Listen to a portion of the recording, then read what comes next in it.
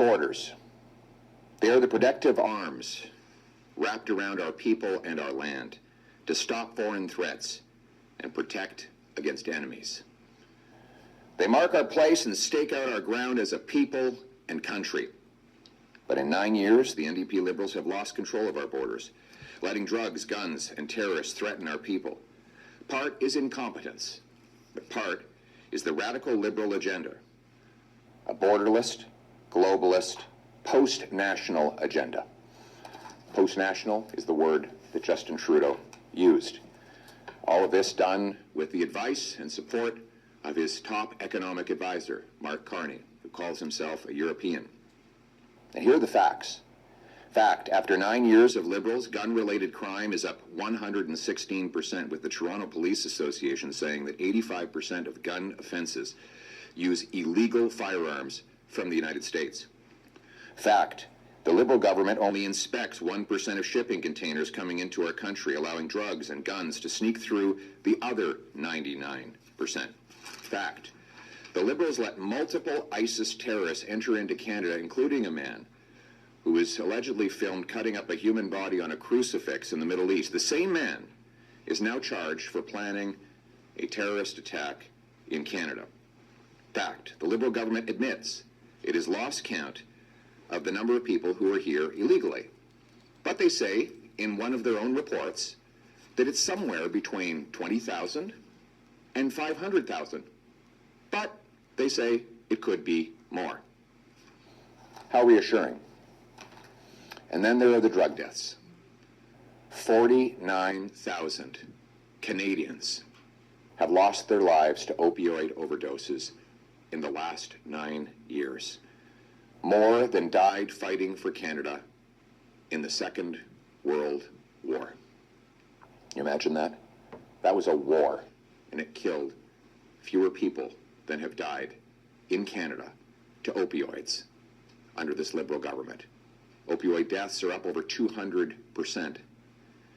The radical drug liberalization, whereby the NDP Liberals legalized the use of fentanyl in Canada, has been yet another deadly experiment. Most of the ingredients come from China and Mexico, and yet our government cannot stop them at the border. Fact, Canadian Security Services identified 350 organized crime rings operating within our border. 63 of these groups have international connections to China, Mexico, and other nations. Fact, in British Columbia, police recently discovered a super lab containing enough fentanyl and materials to kill 95 million people. In the year leading up to September 2024, U.S. border agents seized 11,600 pounds of drugs coming from Canada.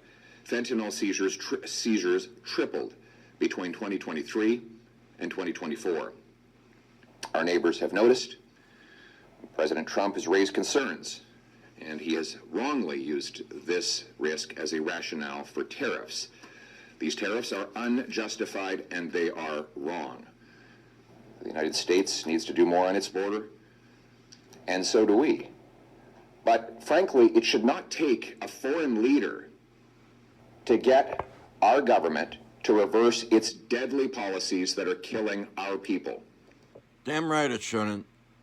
Should have just deport, get rid of the guns, secure the border, use the military, put the military on the border, protect our people. Should have been done a long time ago. It is not for President Trump or any other foreign leader that I want to stop fentanyl in my country. It's so that not one more mother has to bury her face in her hands in the terrible agony of learning her son died in a back alley somewhere from this poison. And that is why I will take back control of Canada's borders. My common sense, Canada First plan should immediately be adopted by Parliament. We must recall Parliament now and put Liberal Party power struggles aside so that we can adopt this plan to save our people and secure our borders. The plan, immediately deploy military troops, yes, helicopters, and surveillance to the border to spot and intercept risks. That's right, use the military. Call the ones who left from COVID. Use them. As the recent remarks by the Canadian Forces Chief of the Defense Staff, General Jenny Kerrigan, offered earlier this month, we can deploy military assets into the sky, whether helicopters or other surveillance tools, and we should do so. In fact, we should have done so long ago. 2, expand the powers of CBSA border agents to patrol everywhere along the border, not just at official border crossings. 3, hire 2,000, at least 2,000 new CBSA agents to intercept illegal crossers, drugs, guns, and other dangerous law breaking. 4, install high-powered scanners at all major land crossings and shipping ports. These scanners can see through the walls of containers and vehicles to spot drugs, guns, and stolen cars. 5, build border surveillance towers that we can deploy on and use to scan the landscape and detect incursions. Also, deploy truck-mounted drone systems that can spot incursions from the sky. 6, track departures. We should keep track of who's leaving so that we know which deportees are still in our country. As I said at the outset, the government amazingly doesn't know how many people are here illegally. How are we supposed to protect our borders when there could be over 500,000 people inside those borders illegally, according to the government's own admissions?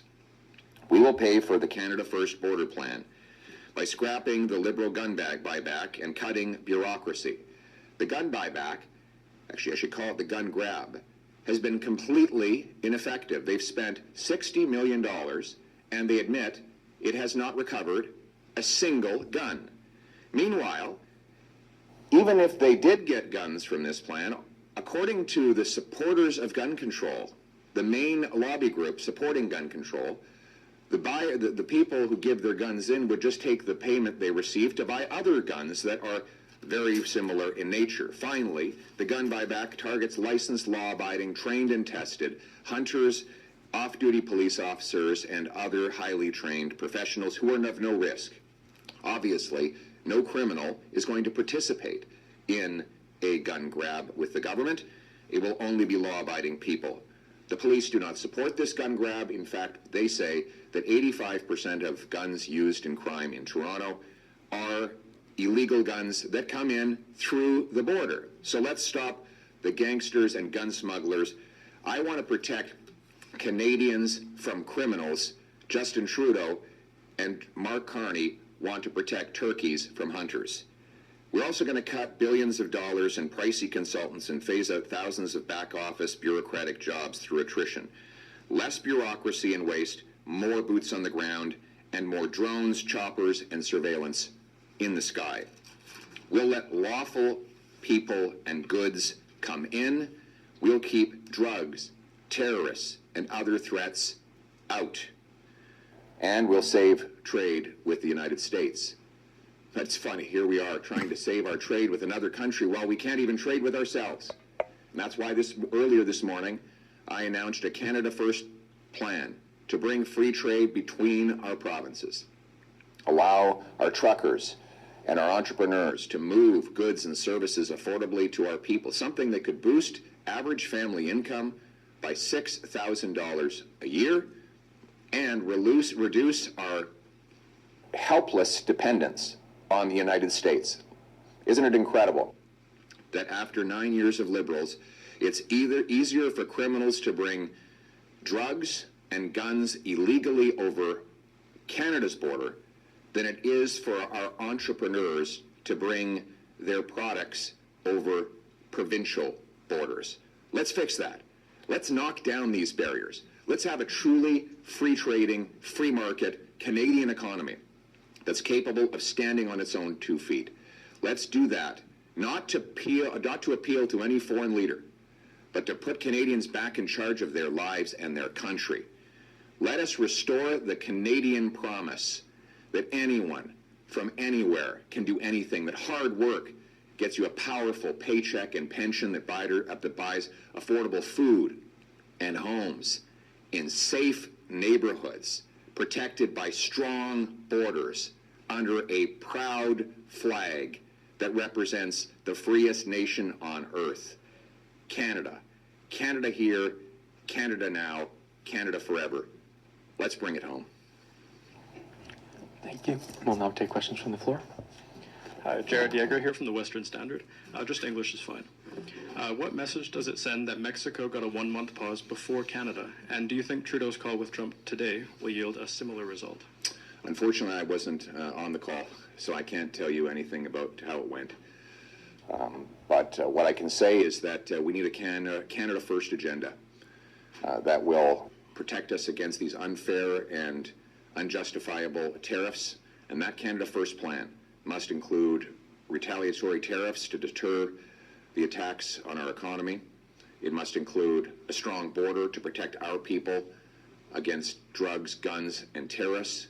It must include a bring-it-home tax cut and red tape cut so that we can reward hard work, bring home billions of dollars of investment, develop our own resources, and it must include free trade among our own provinces. That is how we become stronger, more self-reliant, and less hopelessly dependent on foreign powers and foreign governments. Thank you. Next question. Hi, Michelle Gassoub, CBC, and if we could get an answer in French as well, please. You're not going to ask me to step aside and let the Liberals stay in power through to eternity, as your CBC colleague said yesterday. You've called on the Prime Minister to bring back Parliament and pass your plan to counter Donald Trump's tariffs. Does that mean you're willing to work with other parties to come up with an agreed-upon plan before voting on confidence and bringing down the government? Well, of course, we can't do any of those things because Justin Trudeau and the Liberals have shut Parliament. Parliament is closed. You should direct your question to the Liberals. Why, in the middle of this crisis, have the Liberal Party powers put themselves ahead of Canadians? They're in the middle of a Liberal Party power struggle. Again, concerned about themselves, their own self-interest, rather than immediately recalling Parliament so that we can pass a Canada First plan like the one I've just laid out. En français. Merci beaucoup. Les libéraux ont fermé le Parlement, donc c'est impossible de voter sur un plan pour mettre le Canada d'abord. Il n'y a pas de Parlement dans lequel on peut voter. Les libéraux se sont mis avant le pays. C'est pour M. Trudeau, M. Carney, Mme Freeland, c'est le Parti libéral d'abord. Ça devrait être le Canada d'abord. On devrait être à la Chambre des communes, travaillons pour résoudre la crise commerciale qu'impose injustifiablement M. Trump sur notre pays. Donc, moi, je veux que le Parlement retourne maintenant afin d'adopter un plan Canada d'abord. Ça va protéger nos frontières, permettre le libre-échange entre les provinces, fait des représailles contre l'économie américaine, donner le feu vert aux grands projets de ressources naturelles, y compris GNL Québec, et renforcer notre économie pour qu'on puisse être fort face aux menaces et aux tarifs de l'étranger. Thank you. Next question. Hi, Thomas Seal from Bloomberg. Yesterday, Elizabeth May said that on the federal leaders' call, Prime Minister said it had become increasingly clear that there was no evidence or further actions on border security that would make any difference. Trump would only double down. Today, Trump is talking about market access for US banks. So what's your understanding of Trump's ultimate goal here, and should concessions like more market access for US companies be on the table? You'd have to ask President Trump what his goals are. He's said he wants to put America first. Well, I will put Canada first. We need a Canada First plan that's good for this country. We need to protect our borders, not to please any other foreign leader. I've been calling to reinforce our border for about 8 years now. I was the first to come out and demand a closure of Roxham Road, where tens of thousands of people entered illegally. I was then the one who forced Justin Trudeau through an ultimatum to finally close Roxham Road. I called for scanners to be put in at all of our ports well over a year ago in order to intercept drugs, guns, and other contraband. I've been saying that we need to have strong borders for years, and I haven't been doing that to please anyone in the White House. I've been doing it to save the lives of our people. That is what it means to put Canada first. Thank you. Damn right. Like and subscribe, everybody. God bless. Stay warm, stay safe, and we'll see you in the next one, my friends.